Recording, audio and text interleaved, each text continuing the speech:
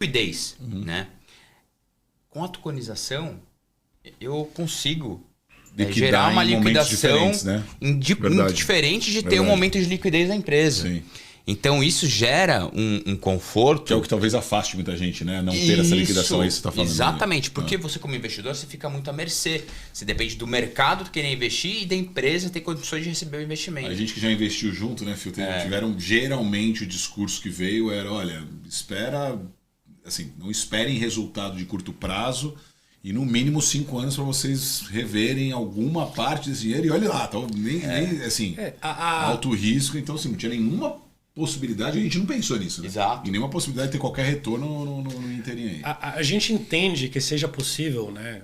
Óbvio que estamos indo nessa direção, a gente está criando um ferramental, né? Aí entra um pouco da tecnologia blockchain que garante todo o conceito de RWA, que são Real World Assets, né? Quando a gente fala de blockchain, a gente não fala de operações com criptoativo, né? A gente trabalha com real.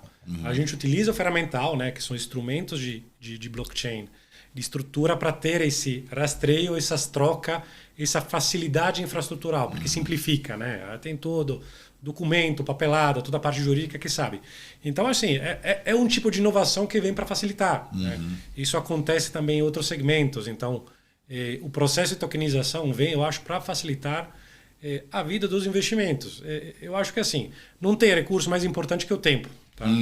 Então, se você consegue, de fato, não garantir casar com umas janelas melhores, tempo do founder, né, que está dedicando a vida dele ao projeto, tempo do investidor, porque às vezes o Gabay, que entrou em 2020, quer passar que nem aquela corrida, né, onde se passa o bastão, uns 400 metros para o fio que quer entrar em 2024. Perfeito. Porque o Gabay de 2024, às vezes, tem parte do investimento dele... Ele precisa... Não sei, comprar... Usar aquele dinheiro. Não sei, algum tipo na jornada, no tempo dele. Então, a gente está fazendo, eu percebo isso muito no dia a dia, a gente está casando essa troca de bastão que nem a corrida dos 400 metros. Deixa eu fazer uma pergunta. Né? Vocês pretendem distribuir esse produto de tokenização ou só vai ser exclusivo para os produtos de EVM?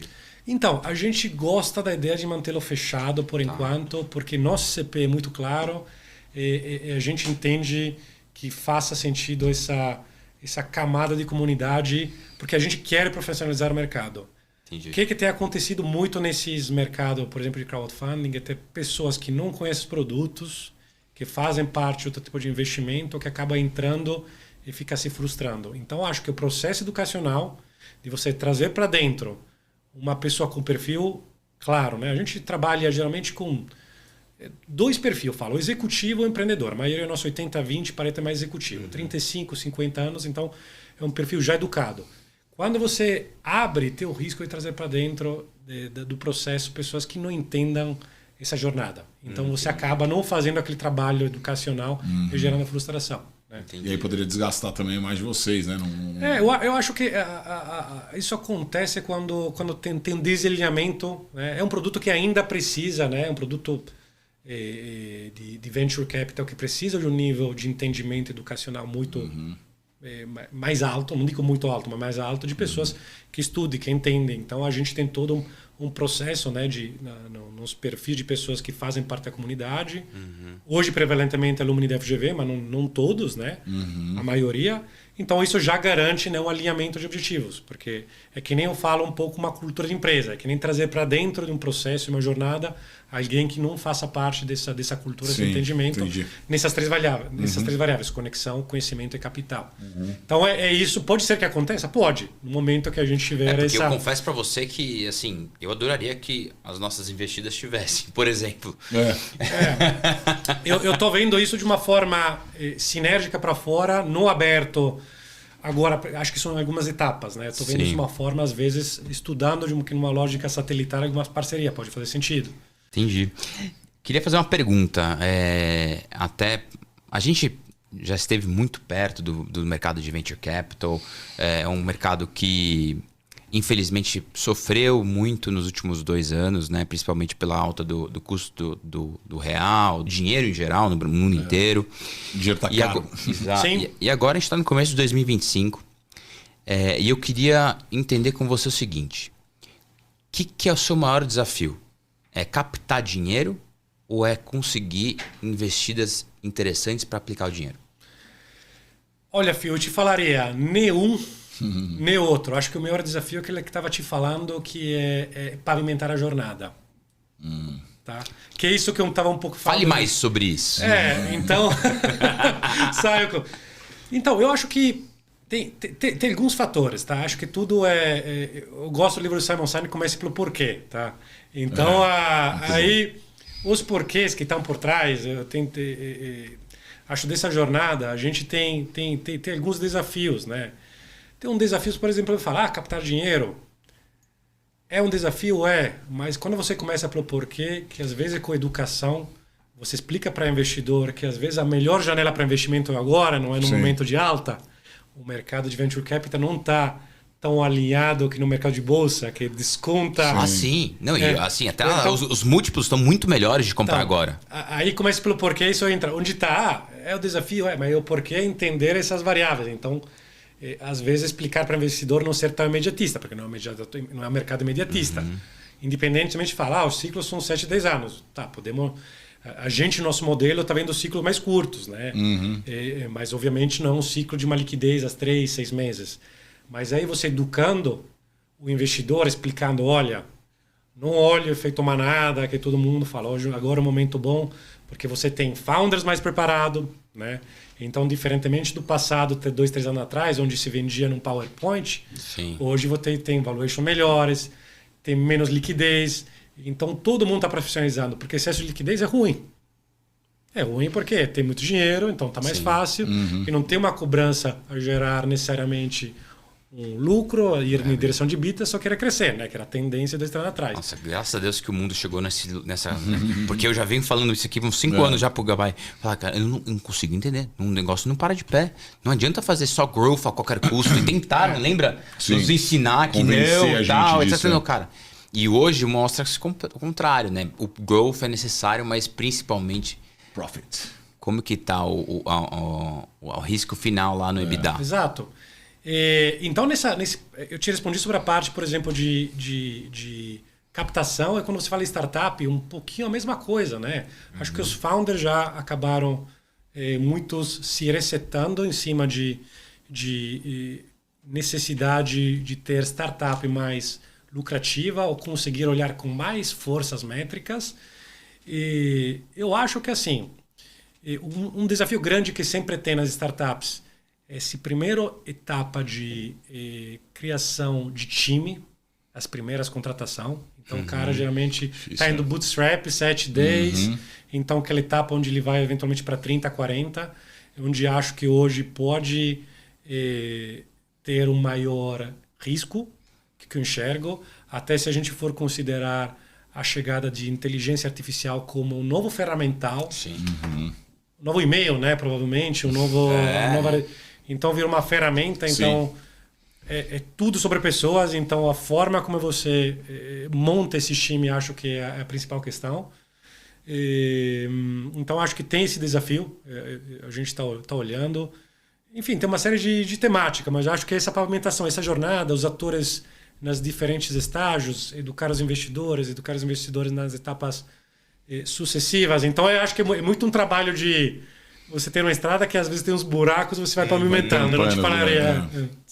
Que demais. E uma pergunta, uma coisa que vem na minha cabeça aqui agora, eu até já sei a resposta, mas eu acho que é super importante a gente frisar e relevar isso, e relevante, né, pra gente trouxer. GV Angels só pode investir ex-alunos da GV ou é o mercado como um todo? A maioria são ex-alunos da GV, mas a gente abre assim, também obviamente pessoas que têm o perfil que agrega, né? Eu sempre penso de forma holística, né? A comunidade nasce, mas a gente faz parcerias com grupo ou pessoas de fato que tenha sinergia, ECP que se complemente na jornada. Quando a gente pensa no conceito Smart Money, né, do advisor, de dar suporte à startup, eu sempre penso numa lógica matricial, que são áreas funcionais, ou seja, quais áreas funcionais daquela pessoa, vendas, marketing financeiro, né, pessoas, que é uma área super demandada, e segmentos e setores. Então você faz esse cruzamento e você tenta alocar, tem um desafio Quando a agritech para contratar pessoa, você tenta fazer esse matchmaking. Então, às vezes você tem, bom, o melhor dos mundos é a pessoa que sabe dos dois. Às vezes você tem a pessoa que sabe super de agro e a pessoa que é fera na parte de, teve 15 anos na parte de HR. Então, sempre fazer um pouco esse matching, né? Então, a ideia de fato que é a gente ter esse mercado interno entre startups e advisor que flua muito bem. Né, independente da formação e de onde vem. Independentemente. A gente sim. parte do nosso núcleo hoje, mas a gente quer que, de fato, que esse capital intelectual seja... Eu acho que a gente tem uma avenida para uma melhor aplicação. A gente já aplica, mas poderia ser aplicado melhor. Tempo um desafio, né? Então, fazer esse matching, de fato, de casamento entre tempo da pessoa tempo da startup, de priorização, então estamos numa agenda para trabalhar isso com bastante força também. Deixa eu entender um ponto, Lorenzo, assim, qual que é a estrutura, assim, existem inúmeros VCs aí, né? Sim. Qual a estrutura de um VC e qual que é a estrutura de vocês, assim? Quando eu penso em estrutura, assim, a gente pode olhar como uma empresa... Sério? Qual que é eu só fazendo um paralelo, acho que é importante, muito bom. Né? A gente pensar igual aqui, né? Mas qual que é a estrutura? A gente pensa como uma empresa comum, onde tem, como você falou, a área de vendas, as áreas diferentes funcionais que você comentou, ou tem alguma coisa de diferente? Tem algum cargo, algum papel, algum role diferente aí? Não, a gente acaba tendo, nas devidas proporções, estruturas muito parecidas com a área de VC, só que a gente não tem porta-maio que VC tem, que eu gostaria de ter, HR talent interno.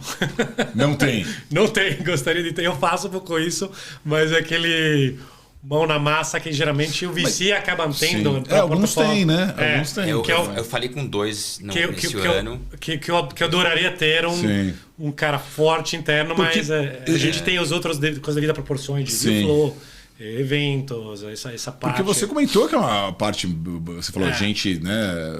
Pessoa é tudo, as pessoas é o mais importante, tudo. Então, sendo mais importante, você não tem quem possa atrair, quem possa buscar, né? É curioso isso. E você sabe que alguns venture capitals, inclusive, fizeram parceria com a gente aqui na Find, justamente eles querendo oferecer um benefício para as suas investidas serem investidas deles. Ou seja, uma ou duas posições de executivo no ano, o VC pagava para a gente e eles davam esse serviço para as investidas. Então, realmente, eu só estou falando isso porque corrobora muito com essa necessidade que você está comentando. Eu falo que até o papel do HR Talent se utilizaria muito como suporte, seria um pouco híbrido, né? Suporte mais diretor de orquestra na ponta, então meio que de porta para fora, puxando a galera, até fazendo um trabalho na comunidade, um trabalho para fora, até de scouting, é um trabalho um pouco mais de porta para dentro, né? Trabalhando diretamente com as startups. Então teria uma visão um pouquinho mais híbrida, né?